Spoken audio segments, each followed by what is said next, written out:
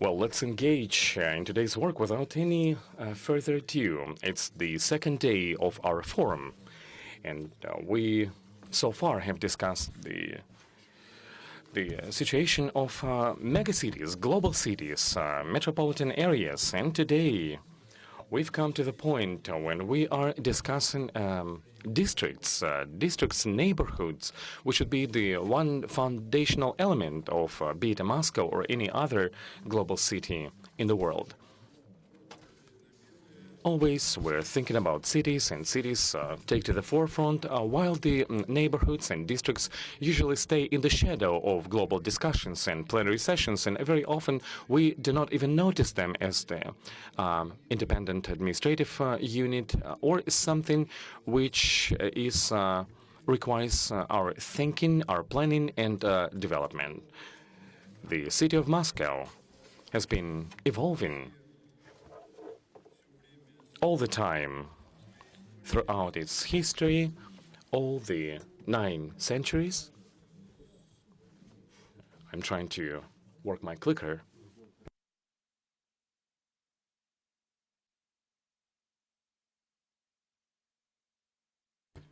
And the last 150 years, after the abolition of serfdom in Russia, Moscow has expanded 36 times over. Millions and millions of people came to stay in Moscow, and the former towns and settlements which Moscow encapsulated, they seemingly lost their identities or totally dissolved in this huge new megapolis. However, as a matter of fact, this is not quite so.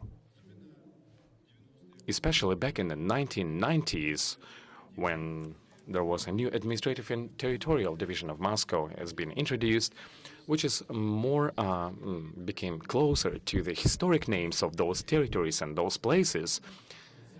We launched basically a reverse process of identification of the Moscow districts. District in the city of Moscow is basically, let's say, would be equivalent to the small or even mid-size town or city in Russia, from 1 to 200,000 people in each district of Moscow. I myself used to believe that it is very important to have the overall fabric of the city, overall connectivity of all districts and of all areas in Moscow. Of course, it is very important to develop different services, improvement, landscaping throughout the whole territory of the city. And this is the way we were working. We were trying to make sure that all social facilities would be located within the walking distance for the Muscovites, and the best improvement should be done right where people are living. And a lot has been done throughout the last years. We've seen not only the center of Moscow changed, but also the periphery in Moscow. As for some positive changes, they have taken place in all the districts of Moscow. We've seen more jobs created. We've seen more parks and green areas within the walking distance. Transportation access has become much better. Social availability. By the way, speaking about the daycare centers, preschool facilities, outpatient hospitals, Moscow has overtaken the most wealthy cities of the world, such as New York and London. We have certain successes, and we take pride in them. But still, whenever we meet the residents of Moscow, I was under impression that we are lacking something in what we do. We're doing something wrong. This is what I thought. And whenever you talk to people, you hear their requests. Let's improve this city. Let's add some amenities in this park. Let's build here the new preschool facility. And every time you feel that this is a very divergent type of work without any single and systemic approach on how to enhance and develop this territory. And you're left with the impression that people living in this district and communities, and not only the Muscovites as a general term, but people who live in this particular street, in this particular area, they're proud of where they live. They love this place. They know the history of this place. And according to some polls, about 60% of people who live in a particular district throughout the year do not even move out, let's say, to go to the center of Moscow. They stay in their district on a day-to-day basis. We do have the general plan for the Moscow development. It's big, it's huge, it's bulky, sort of like a master plan for developing the city. But we do not have neither general plan nor master plan for developing each of Moscow's districts. And I had a full impression that this niche has to be filled, that we, in a very systemic way, have to look into developing Moscow territories and regions, not based on the industry principle, okay, like we have to build more schools, more preschool facilities and more parks, but I'm speaking about systemic approach of looking at every territory as like a town within a city or a city within a city. And this type of new approach on evolution of the Moscow districts, I feel that this is what is very, very much needed and required by the residents of our city, and it is one of the major line of our work for the years to come.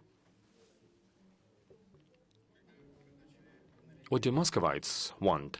Whenever we begin to analyze what are the problems and the pain points with people who live in the city and what has to be done, it became very obvious that we have to develop the basic infrastructures. We have to add public amenities. We have to enhance capabilities for the city dwellers. And it's also very important to identify the unique identity, unique look to each district. We've broken down this work into two blocks.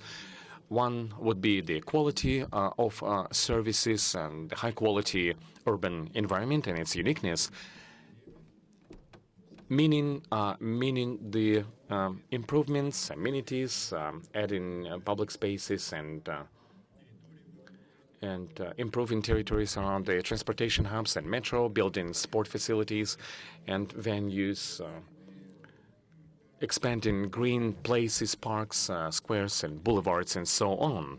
And of course, it's about comfort, meaning a very comprehensive approach of building and developing every territory to make sure that people have a very good transportation system, shops, high-quality housing, and workplaces, lest they have to go out to the city center or to other remote locations, but for them to be able to find jobs as close to their housing as possible. It's a leisure activities and social infrastructure. And we absolutely have to emphasize the uniqueness of each district in Moscow, historic facilities, and the new facilities have to emphasize the uniqueness, unique look to each district and territory. We have decided that in each district of Moscow, we will build territorial master plan, which will be the very dynamic document based on the recommendations of both people living in Moscow and urbanists and professionals. This master plan will be like a living and breathing fabric of each district, which will be improved and changed based on the city residents' recommendations and requests. Next one, please. Just to give you one example of how it may look in reality, it's a great district, southern Butovo. It's a typical bedroom community. It's a huge district, about 200,000 people who are living in this area, specified by standardized communities and neighborhoods. Much has been done in this community in previous years. Nevertheless, to be able to say that we have achieved a very unique feel and look to this community, probably this is not the case. We begin to talk to the locals. What is missing? It turned out that they were missing sport facilities, and we have made a decision that we'll be building additional sport complexes. There was no connectivity to some roads, and we've made a decision to build a new road.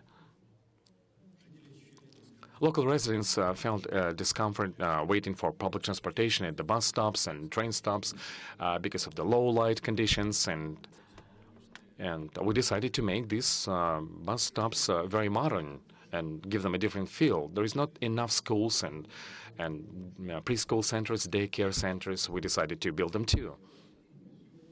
And all of this is very important and very much needed. But again, speaking about connectivity of this community, its unity, its uniqueness, all these things were not there. It still remained a huge territory, populated with a lot of standardized housing, broken down into quarters, into districts, into local streets. Having been visiting this place many times, I was looking at this territory right in the middle of this area. Going throughout this place, there was a very huge empty space, and there was an overpass of the metro cutting through it. Not to say that this place was ugly. No, it was clean, it was very tidy. There was some pathways even. But generally speaking, this whole gigantic space in this community was tearing the whole fabric of this community apart, and it was like fragmenting it into some localized clusters which were not interconnecting. It was not unification, but it was disintegration. We've had many conversations with the local residents. What can we do? It went on for 2 years, and eventually we've adopted such a project which would emphasize creating quite a big and quite interesting sport and recreation park in this area, which would be commensurate with the Gorky Park in central Moscow. And within 2 years, we have been implementing this project and making it a reality. And South Butovo has now received a unique territory, which does not separate this space, but quite the opposite. It pulls itself together, it combines it, and makes this place unique. You cannot even call it a bedroom community anymore, because this is not it. It's truly a high-quality and very good area, thanks to this binding element in the center. Of course, to be able to say it's perfectly done, it's all very good there. No, but this is the progress. This is the line of development to make sure that every district of Moscow has its own street, its own pedestrian areas, its own boulevards, its own park, which would combine, let's say, a place for a festival where you can hold regional events or area-specific events during the day of the city, to do the seasonal festivals, to do some trade fairs. All of this is very important, and high-quality nucleus of sport facilities, children's playground and public spaces, all of these things are very much needed. We should not expect until this unique plan and solutions will be done, because it may take years. This year, we have doubled our efforts in adding amenities to Moscow regions, making them more beautiful. In parallel with that, we began to develop master plan, and I would like to invite Muscovites to become the part of the group discussing these master plans, and as well as inviting all professionals to be the part of it.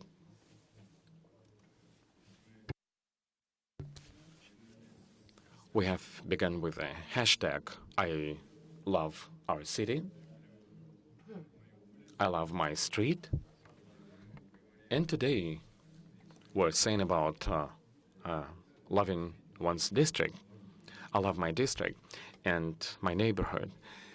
And it's about living, it's about breathing, it's about maintaining a healthy lifestyle in this big megapolis, which, as a result of these endeavors, can become better, can become closer to Muscovites' hearts, can become more friendly, more open for every person who stays in a big city. It's about making people feel this is the place where I want to be. This is the place where they would want to live forever, and their children and their grandchildren also stay in this place. They're tying up their future to this place. Thank you.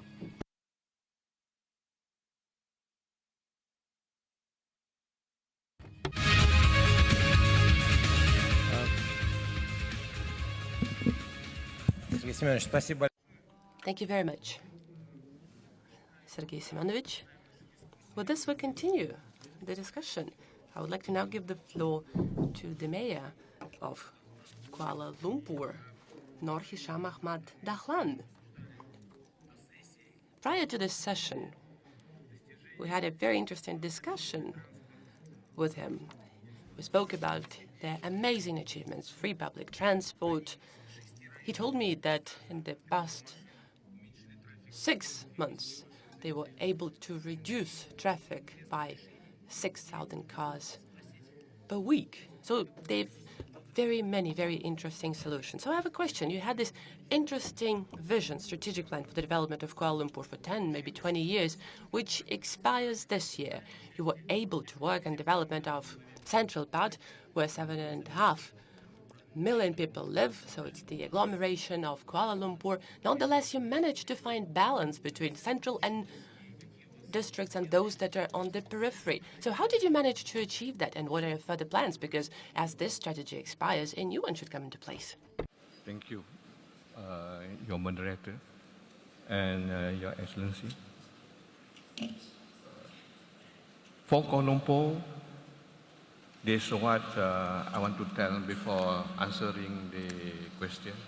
I want to talk a little bit about what happened, project for better quality for everyone in balancing urban development.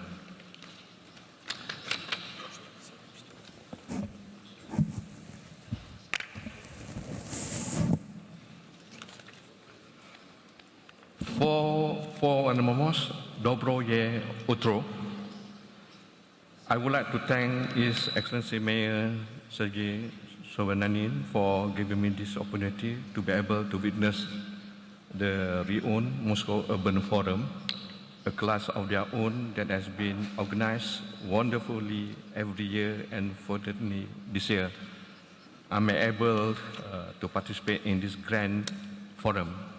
Ladies and gentlemen, Kuala Lumpur being a dynamic and vibrant city and one of the most rapidly growing megacities in Southeast Asia, we are expecting a rise in population by the year 2030 from 1.8 million to 2.45 million people. So it's a tough job to do, and it is everyone's responsibility to ensure that we will able to live in a city that is well prepared with resilient infrastructure and sustained community lifestyle. Based on your question just now, your moderator, this planning is for Kuala Lumpur well-being.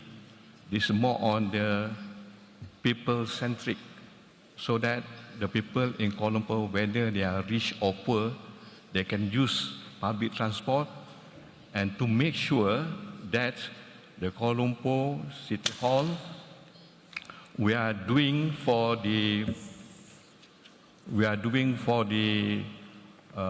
Go KL for free buses, so everybody can use the bus, public transport, to go to work. So from January this year until last month, nearly we make sure that first stop and last stop, to make sure everybody to reduce the congestion in Kuala Lumpur, and this happening to the people of Kuala Lumpur so that they can live in the city center with more affordable for their every livelihood. So I want to continue. To be a city that is able to provide assurance of resilience, sustainability, tendency towards the people, it is important that Kuala Lumpur City Hall base our project direction to be aligned with the 17 Sustainable Development Goals, that is SDGs, and the 3 transformation commitments of the new urban agenda. By 2030, Kuala Lumpur should be able to provide universal access to safe, inclusive, and accessible green and public spaces, especially for women and children, older persons, and persons with disabilities. But in order Kuala Lumpur to plan for 2040, a number of initiatives have to be done in order to overcome these few challenges. There is housing its populations. There is a mismatch between demand and supply. The second is traffic and transportation issues, road congestion and low ridership on public transportation, difficult to change habits and mindsets of the citizens. 3, green public open space, a mismatch between population and health standards. And the 4th, city resilience to adapt to changing of climate conditions. And the 5th, high cost of living. And the 6th is rapid technological changes such as IoT in managing cities and impact on the equality of the life of its citizens. Will you use the clicker to get presentation? Yeah. Maybe, would you like? It's a green button. Okay. Thank you.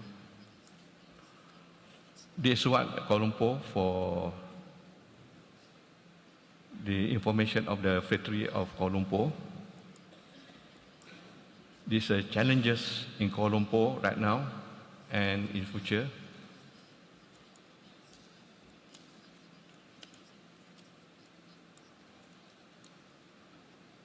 This is what we are trying to do in Kuala Lumpur. It's more on productivity, innovative, inclusive, interconnected. It's more on transportation and traffic, integrated and sustainable, low carbon and resilient, and healthy and vibrant. This in Kuala Lumpur itself is a more sustained, livable and harmonious because we are multiracial, multicultural society. So this part of that that I can show to you all. And then is more on balanced strategies to be taken by 2040. And we pledge to turn Kuala Lumpur into a productive and innovative city. It will become the focal point for business trade and strengthen Kuala Lumpur as a global city. We shall provide and assist more small and medium entrepreneurs, support for economic network in the city and upgrades the connectivity between one place to another to be more feasible and accessible. This will help the citizens of Kuala Lumpur to prosper in a way that there are more economic and job opportunities for everyone. We aim to also make Kuala Lumpur a city that is inclusive and interconnected. We will also help to upgrade mobility and provide access and connection for the citizens to ensure interconnected transportation system. This will upgrade their quality of life, and we foresee an emergence of communities with great values and hence contributing for a healthier future to the citizen and environment. Besides that, we plan to make Kuala Lumpur a city that is healthy and vibrant. We shall provide more green public spaces and request private owners of lands and buildings to contribute to free access for citizens to enjoy these green spaces. We shall also adopt best practices for balanced quality of neighborhood design and also for mixed development areas.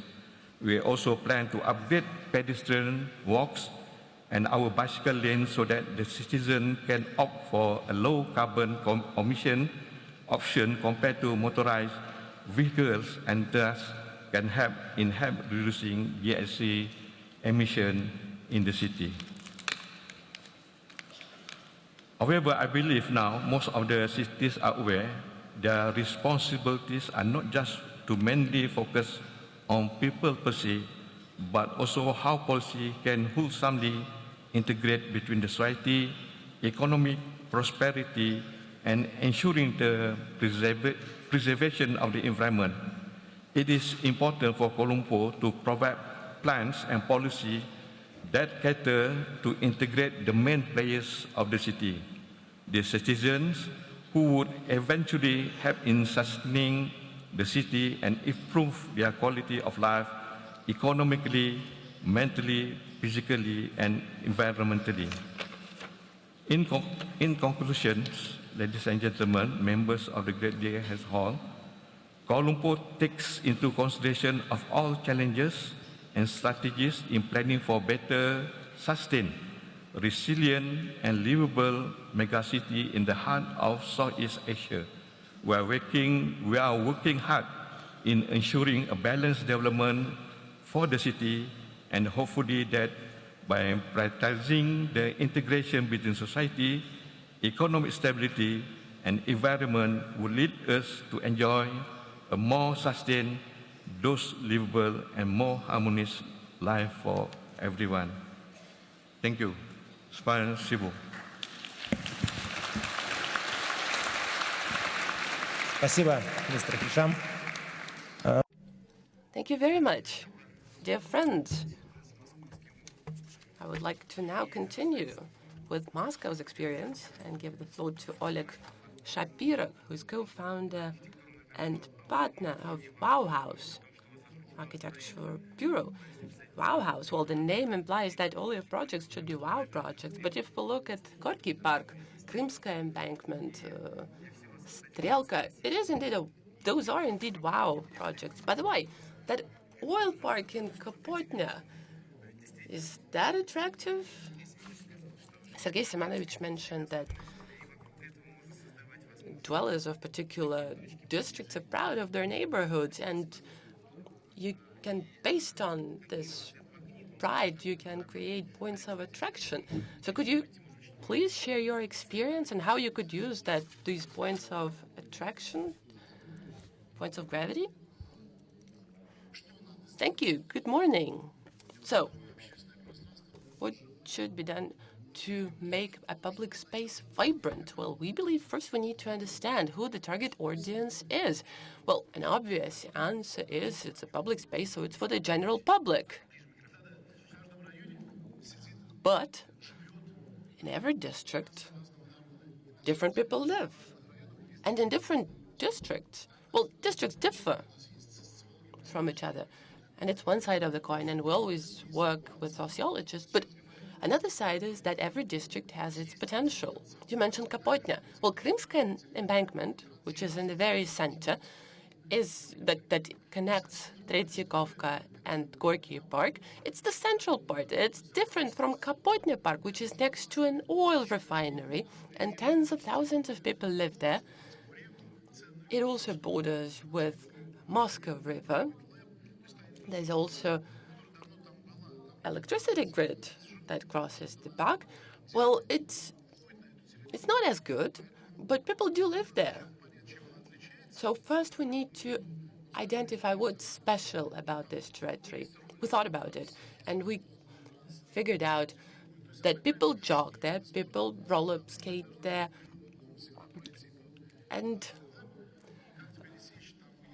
people have to cross the power grid, but it's still alive. There are birds that nest on river embankment. So we now clearly see how this territory is different, what makes it unique.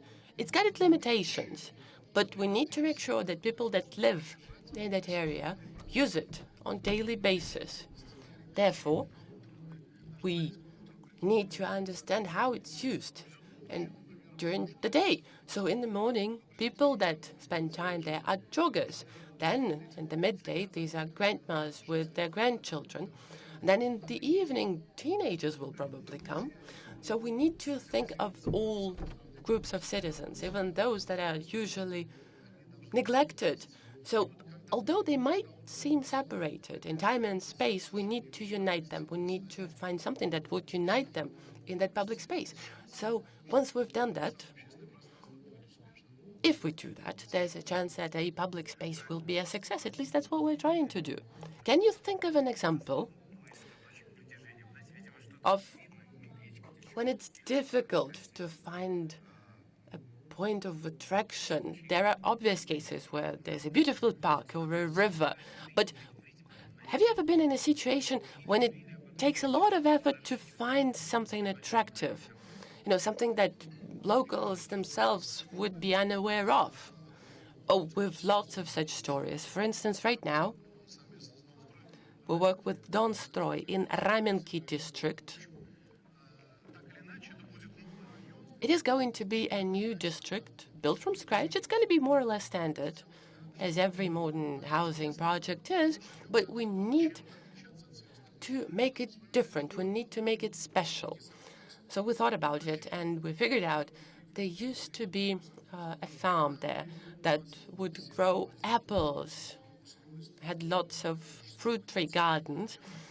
So with that in mind, we decided to create fruit gardens in the newly built housing district, because different fruit trees bloom at different times, and it will definitely be popular among new residents.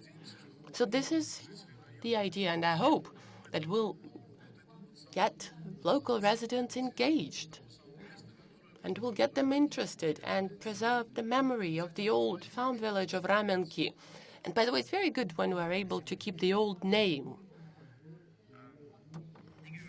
Igor Ivanovich, you as chairman of WEB is very much involved in different projects related to the development of infrastructure, public spaces, promoting local businesses, etc. Yesterday, for instance, someone was saying that cities should become engines of growth for the economy, points of attraction for SMEs, but historically, all these big residential blocks are very similar. They're very much alike. We all know that movie where someone who was drunk confused the district in Moscow and in St. Petersburg. So what new opportunities can be created for the business communities in cities and in those districts that are not exactly in the center? Thank you very much. I would like to start with what Oleg Shapiro ended with. I still recall the times in Moscow where there were huge fruit gardens. Unfortunately, later, those ugly new buildings were built, and that was such a shame. And I very much appreciate that you're bringing fruit gardens back to Moscow. Thank you, Mayor Sobyanin, for inventing the forum. And I'm not just saying it as a compliment. There are a few forums that happen during the year, 2 or 3 max, which I remember and contemplate throughout the year. Every time Urban Forum ends, I start thinking about what it's going to be like next year, because it really takes urban planning forward. And the fact that we're talking about urban development, urban environment development, and economic systems that exist around is very much thanks to Sergei Sobyanin and the Urban Forum that he's created. So I suppose that urban planners should be grateful to Sergei Sobyanin, not just as mayor of Moscow, but as author of this idea.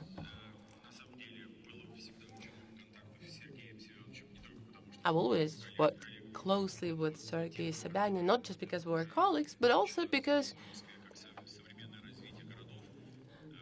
we were both interested in the development of modern cities, and the topic became at some point relevant for the federal government. At some point, Russian president became interested in the subject, and at one of the fora he announced that modern cities, modern urban development is very relevant for today's agenda. And right now, internationally, despite all political challenges, we were able to find a format to interact with other major cities and countries and expert community on the topic of urban development. And this topic knows no boundaries, no borders, whatever your political affiliation might be. If we're talking about a city, about urban agenda, real work and real results are all that matters. A special council was set up, Council for the Development of Cities. I am a member of this council, together with my colleagues. We co-chair it with Minister Areshkin and with the best and the brightest experts that work on that, including Fishman, Strelka. And we include in there many different experts. It's looking great holding different sessions. The last one had been the one in Nizhny Novgorod. I want to say that this is, Moscow was the beginning of this initiative. Vladimir, you're asking me the question which is not within my competence. I can say all I want about this as a person who lives in Moscow. But I want to say why I am in the development corporation. In other development institutes, we've decided to work on it as a top priority. You know that the legislation has been changed, and the VEB-RF is now the coordinator of the whole urbanism and the urban development topics, but in close cooperation with our main institute, which is a DOM-RF, NSP Corporation. Because no city would be sustainable without small and medium business, and you wouldn't be able to make the city comfortable without heavy business involvement. There is also Russian Export Center organization, and sometimes people do not see any connection between the export center and the urban environment. But one of their KPI is the increasing traffic of the foreign tourists into Russia is one of their KPI. It's not all about selling or exporting machinery and equipment. It's also about welcoming more people to come to Russia and to come to Moscow. So we are overseeing this topic in our community. How do we do it? Speaking of Moscow, Sasha Plutnik has been staying in very close contact, and we have held the contest of the best architects of Russia, where hundreds of the best professionals came to take part in this place, and many of them have been employed later by the local and municipal governments. So we've launched this great contest with the Strelka Design Bureau, and we have identified the best facilities of the standard housing construction, which used to be called economic housing, but now we move away from this theme. We think that what some built according to the cheapest standards could be attributed as the economy class housing, but the modern housing meets all the demands of the modern city dwellers, and now the DOM-RF is implementing all of these ideas in the major municipalities and the territories of Russia. We're working with MSP Corporation. They've had some agenda about innovative companies, export-oriented companies, but now their focus has shifted about how can we fill the streets with all the amenities, all the nice things. And for example, take Nikolskaya Street in Moscow. It's a vivid example of how just one street can be transformed, and eventually we have a totally different feel and look about this place. We have this special fund about the single industry towns development. Irina Makeyeva was the initiator of this. Let's build in each city their own version of Nikolskaya Street in Moscow. We have what we call in Russia mono-cities, or the single industry towns, and everybody's looking at Moscow and people say, you cannot repeat your success in smaller cities. Yes, we can, is my answer. Of course, the local budgets are not comparable with that of Moscow, but even in a small town of 50,000 people or 100,000 people, you can very quickly change local situation if you have the right idea of how to use correctly the local budgets that they have. And here the Moscow is a trendsetter, and based on the Moscow experience in healthcare, in education, in digital projects, Sergei Sobyanin and myself, we've had a conversation of how to export these products into smaller cities and towns. And so our area of responsibility is providing clean water, business projects about the process and solid waste, water treatment facilities, modern transportation sector. By the way, we're helping Moscow, one project of the Moscow rolling stock projects, and that is a partner. on the Transmash Holding, and we and other group are making a big project about 20 agglomerations of how can we upgrade transportation system in 20 major cities of Moscow. We are also building master plans on the modern housing, modern living quarters, and in cooperation with local mayors and governors, we are enhancing urban environments. We are going to be working with a lot of architectural bureau. You know, we're heavily criticized for shifting towards the Strelka KB designs, but the Strelka is an organization which is most proactive, and they're delivering the biggest number of products, so everybody should not be feeling defeated about that. We do not have any subjective feeling about Strelka. We're open for cooperation with whoever would like to work with us, whoever want to get any traction in cooperation with cities and they have a good qualification. We're open to everyone. We are not trying to be exclusive, and I'm kindly asking all these those who are criticizing us and Strelka to be a little bit more moderate and considerate and to take more serious approach. We should not be staying antagonists. We have to concentrate our strength and move forward. And the corporation has to learn how to work better, work in a different way. They're going to package separate businesses of how to make streets more livable. And we are going to use our own capital by buying back the shares they'll be delivering for these projects. So we have quite a versatile line of projects and ideas, very interesting work. And you know what? All these national projects that the federal government has been speaking about and the local authorities have been speaking about, all these mega projects have to be measured against real life, of how the life in the city will change thanks to all these mega or big projects, how each person, each family will feel the impact. Not only speaking about urban areas, but also about non-urban areas. Over 80% of population, about 80% of population are people living in urban areas. So this is the focus of all of our areas and joint projects. By 2024, we will deliver specific numbers, and we have to think more of how it will translate into best quality for each family, which will be affected by these projects. Thank you, Igor. Igor, yesterday the Minister, Vladimir, Ministry of Housing and the Public Utilities sector has been saying that each head of municipality will have 36 indicators by which they'll be measuring the level of comfort in their city.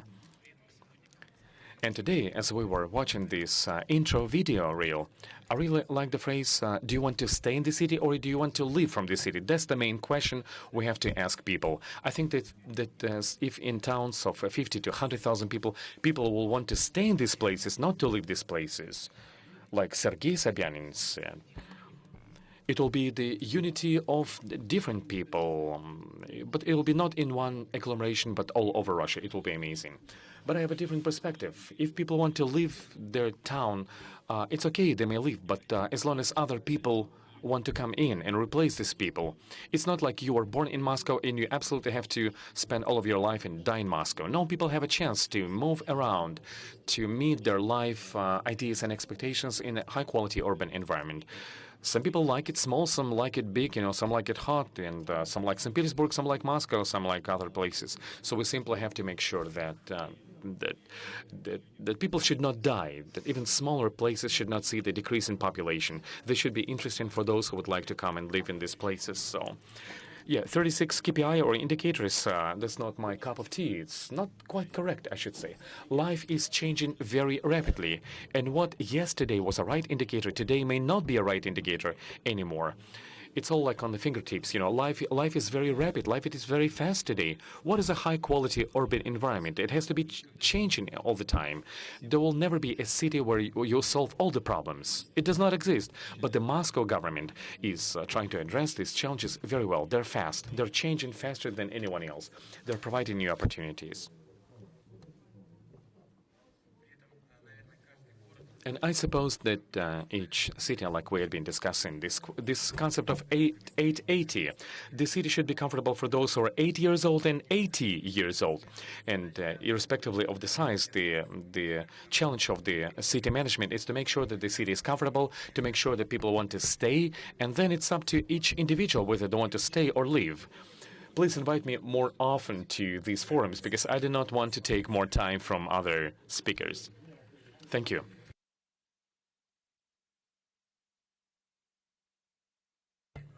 Well, dear colleagues, a modern city would be impossible without a digital environment and digital infrastructure. And now Moscow, as I think, is one of the best cities in the world. Very often, some of my friends or visitors and guests, having come from other countries, they are surprised at how well Moscow is doing in terms of Wi-Fi connectivity and all the digital services. Yes, you can basically do a lot of things from your phone, from your smartphone in Moscow. And sometimes we come to different cities and we are surprised that they do not have this level of connectivity and Wi-Fi, and internet connection and stuff. It became just the basic of our life. Tigran, I would like to ask you a question as a managing director of one of the leading IT company in Russia, which is Yandex.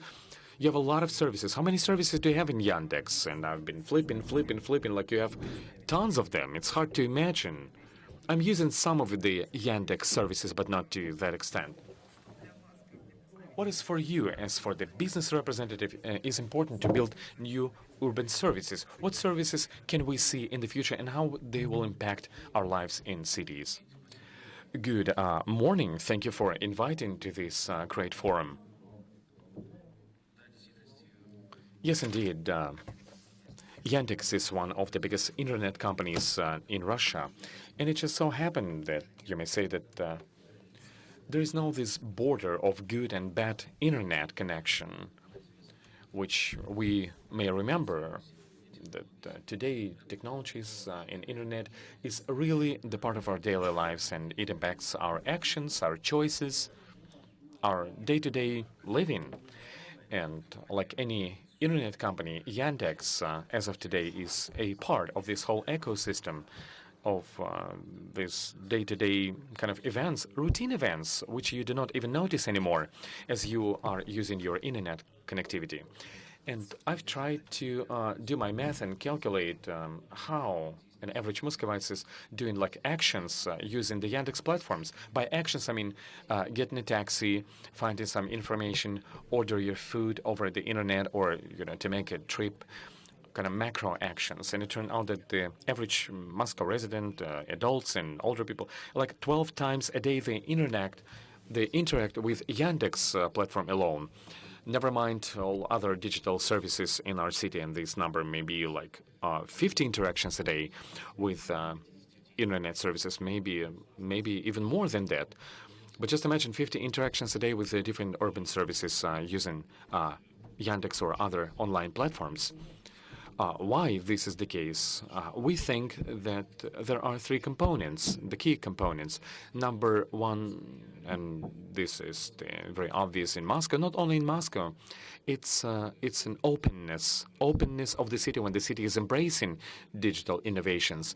Some projects are being pioneered and propelled by the city. Moscow is a #1 city in the world in terms of car sharing penetration. Just imagine if 15 years ago someone told you, please don't use your car anymore. You would probably say, it's a utopia. I will never give up my car.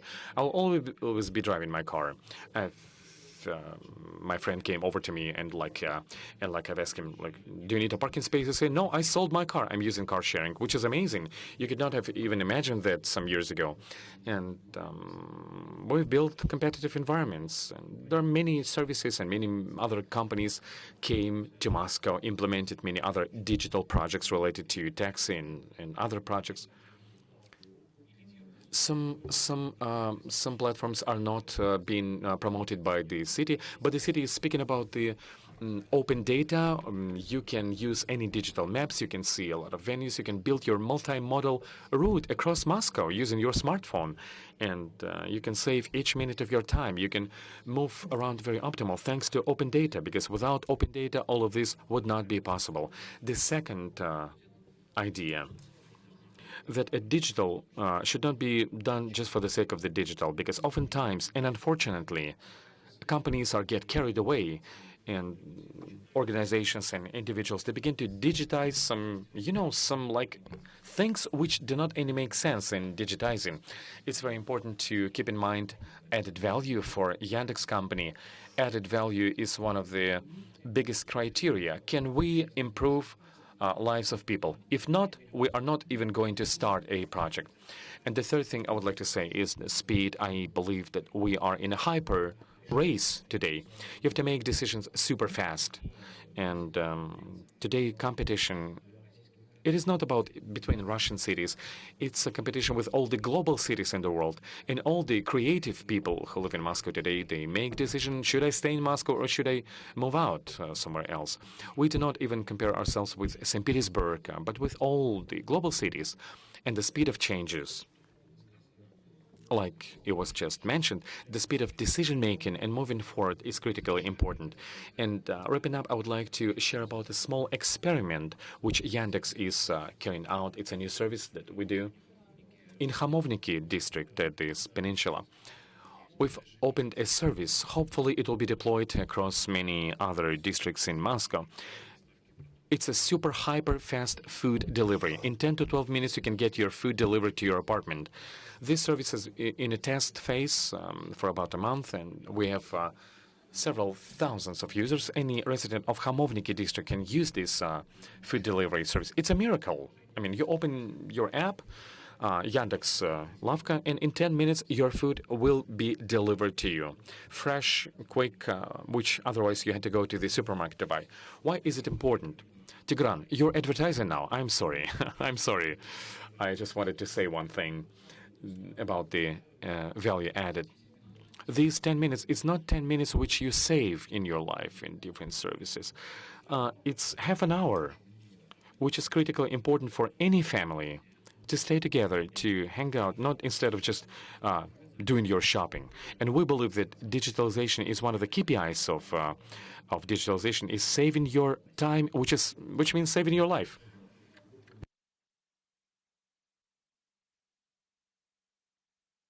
Tigran, be honest.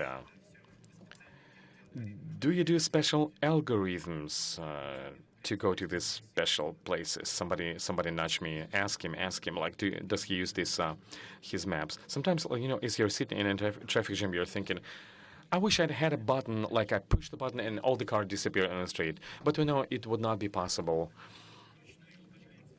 So it's about the manual. No, I do not have all the things in my map. It's all about algorithms. So you do not have this kind of buttons. Tigran, what is your favorite service? What do you use more often, or what are you proud about? And you think, well, it's done on the global level. You really take pride in it. I would say that all in all, it just so happened that in Russia, there are many companies which are internet companies, IT companies, and I'm very proud of them. I'm very proud that in Russia, we are using our social media. We have our own mailing system, and it's something which is totally inaccessible to many people in the world. And Russia today is one of the superpowers, I would say internet superpowers. We have our own antivirus, we have our own search engines, many other services. So I'm using all the Russian services, and the non-Russian ones, like a Google, Facebook as well. But not everyone on the planet has such an accessibility and opportunity to use your services which would be made in your own country. It's Russia, China, US, and South Korea. I would say these are the 4 countries which have this kind of digital potential. It's a lot of companies. In Russia, it's Mail.ru, Kaspersky, Avito, Yandex, and many others. Thank you.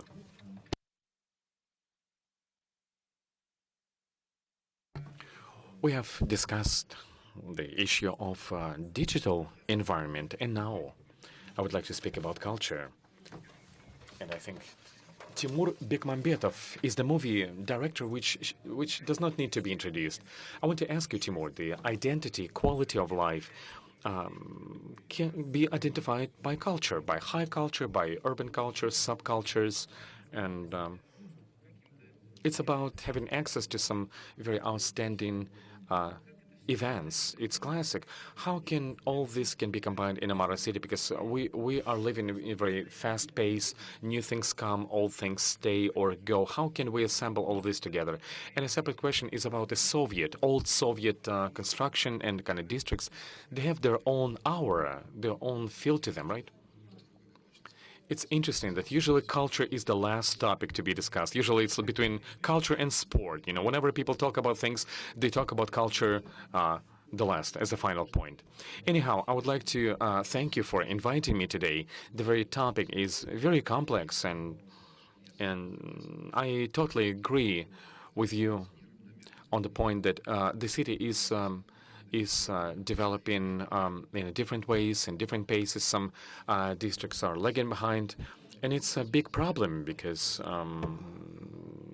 having no cultural agenda or cultural content in some areas of Moscow results in losing demand for this culture. It's like a vicious circle. People eventually are not longer even willing to get any cultural services. And here we have a very surprising thing. Я снимал Москву. I started filming in Moscow in 1990s, where there was just one single shop window that was lit at night. McDonald's on Pushkin Square. That was the only place in the city where you could shoot at night, anything other than darkness. And then Moscow erupted with money and fun, and I was shooting Moscow in the 90s and 2000s. And today, Moscow is different. Moscow's changed. It's not just a place where there's a lot of money, it's a place where there's a lot of meaning. It's a smart city now, and I'm hoping, and I believe, that problems of city districts development will be dealt with just as smartly as city authorities dealt with city center. If we picture someone taking a bus in the outskirts of Moscow, in Mytishi or in Kapotnya, we'll see that this person lives in two realities. He's not looking out of the bus window. He's probably stuck in his cell phone. Well, younger people will be stuck with their cell phones. Elderly will probably be looking out of the window. So those smartphone folks live in two realities. One is behind the bus window, and the other one is in your cell phone. And that splits your personality in two. And it's dangerous because this brings about unhappiness, depression, and even worse, aggression.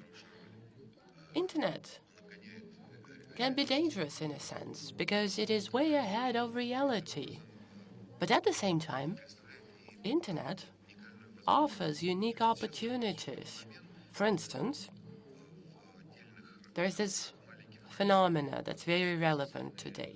In small towns and small cities, there are there are groups on Facebook dedicated to a district or a town, and there are leaders of opinion that emerge, people that have incredible influence over others.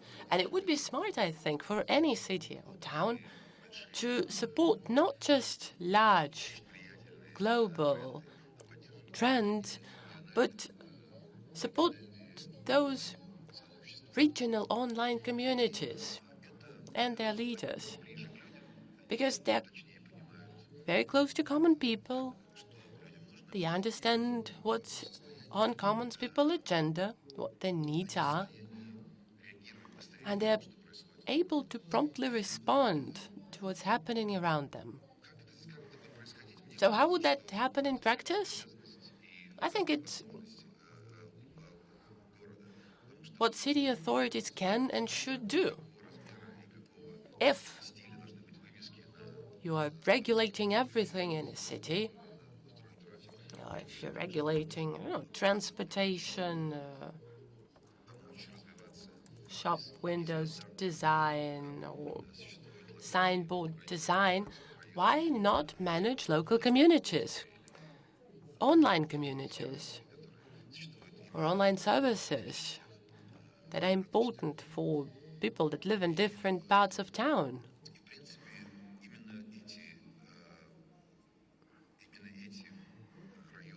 So these local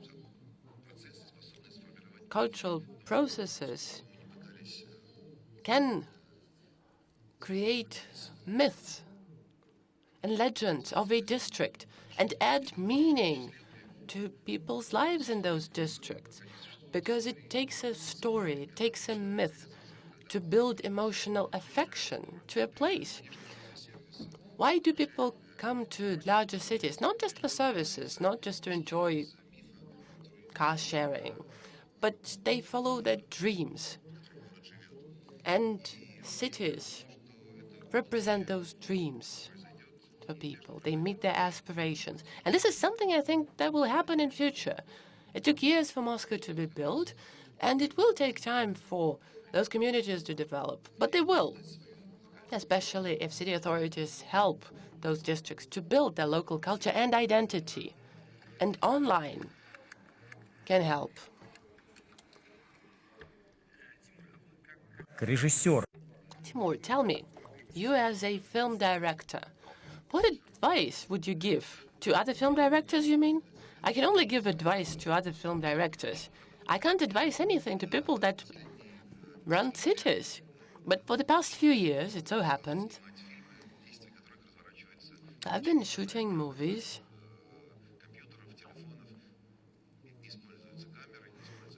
with cell phones. So we're working on a unique new language for cinema, cinema language of the 21st century, especially for people that spend most of their free time looking at their mobile devices. So we're focusing on this part of our life, the one we spend online. And we try to make this online experience more humane, adding traditional notions of good, bad, evil, family, motherland, which are irrelevant to internet communities. Unless we do so, we're going to end up in trouble. Thank you. Sergei Semyonovich, can I ask a question to you? Anything for you. You're the host. The idea of master plans is very much in line with everything that's happening in business today. We're deviating from large strategies. We're responding swiftly to challenges, to changing environment. But at the same time, there's the strategic vision, something very generic, very cumbersome. How do you make it work systemically, the micro and the macro levels? I have to deal with over 130 districts. Well, we're struggling. We're struggling.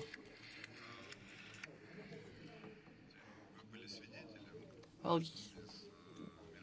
you were an eyewitness at one of the events where an urban planner from London was present and would saying that we need to design our life completely, plan it all, split it into tiny parts and live according to plan. London is an example, it's an exemplary city from the point of view of urban development, so I asked this urban planner, so do you have a master plan? I was like, what? No, we don't. I was like, but how do you live? Do you call it different, maybe? Says, no, we don't have anything like that. No general plan, no master plan. So I asked him, how does a city like London live without this basic document, policy document? He said, well, we have a vision, and we develop in line with this vision, and I support him. Although Moscow has master plan and a number of other urban planning documents, we still have to follow a vision, whether you have it or you don't. If you lack vision, you can come up with tons of plans, volumes of plans.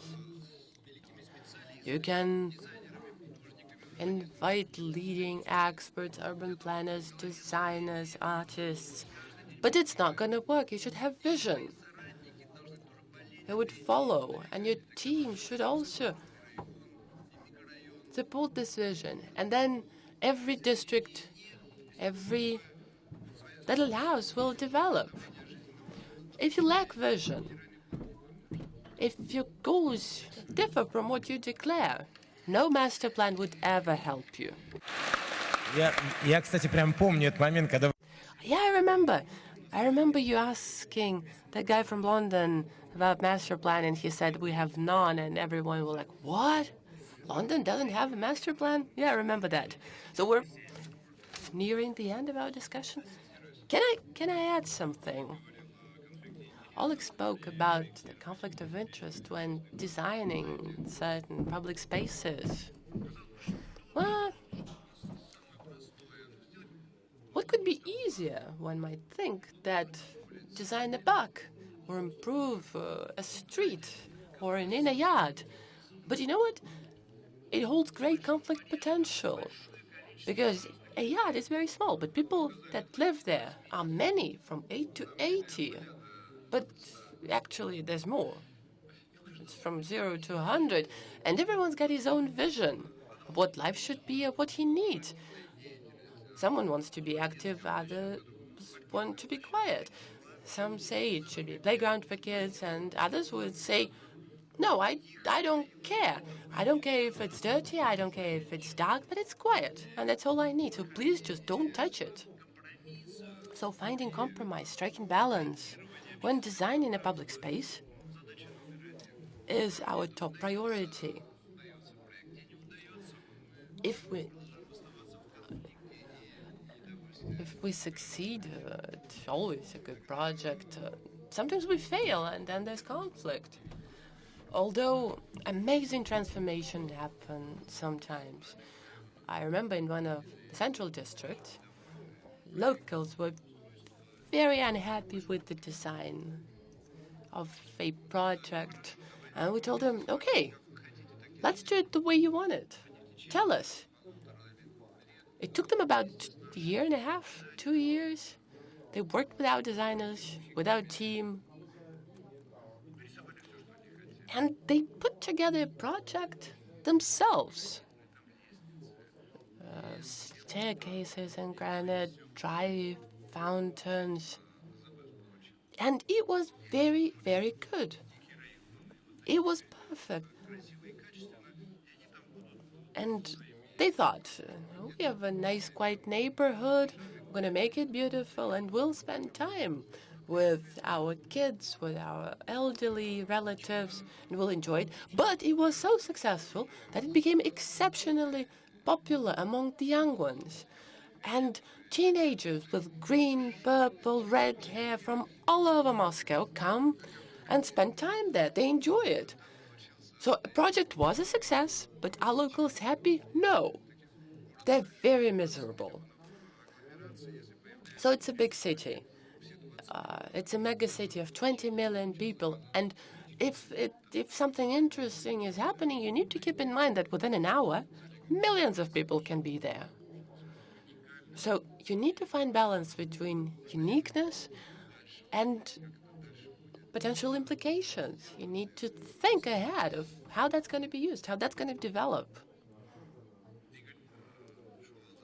Igor Shuvalov, and I thank him for that. He mentioned in his comments something that's really important, that it has to do with economic development of a country, of cities in general.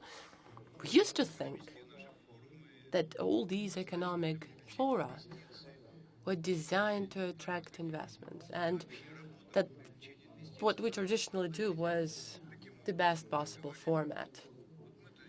So if you want to attract investments, you should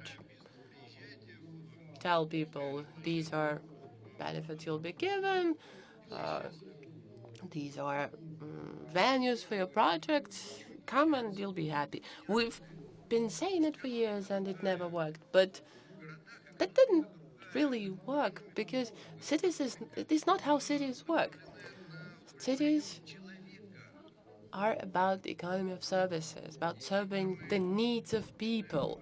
So when we started talking about improving infrastructure, streets, parks, districts, one might think that we've got more money than we can spend. But this is so not true. This really pays back. Once you improve quality of urban environment, that really does attract investors in human capital, because more people are willing to stay and work for the city. And we see how the city transforms. You invest 2 to 3% of city budget in infrastructure improvement, and it really pays back. The volume of investment in Moscow grew by 70% over recent years, although we did nothing on purpose to attract these investments. But investors feel that the city is alive, that it's developing, that it's lively. And this is what we need to remember. It's not just about how it looks, it's about the substantial change that's happening in modern cities. And Tigran raised an important question when we talk about Moscow. For some reason, we compare it with Nizhny Novgorod, Vladimir, Orel, small towns in Russia, which is wrong. Because we don't compete with them, we compete with London, Paris, and other world cities. So if we have nothing to offer to Russians that seek higher quality of life, they will not come to small towns. They will go to other world cities. The borders are transparent. People can travel. People can go anywhere, including Kuala Lumpur. These are our competitors, not small towns in Russia. And Timur said another thing that was very striking about the two realities in which people live. It's not just internet, it's how human brain works. People live in their dreams and fantasies, and sometimes they become more real than reality. This is how men work and operate. That's always been. But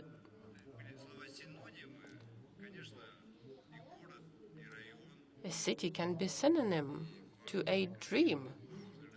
But for that to happen, a city, a district needs to have a future.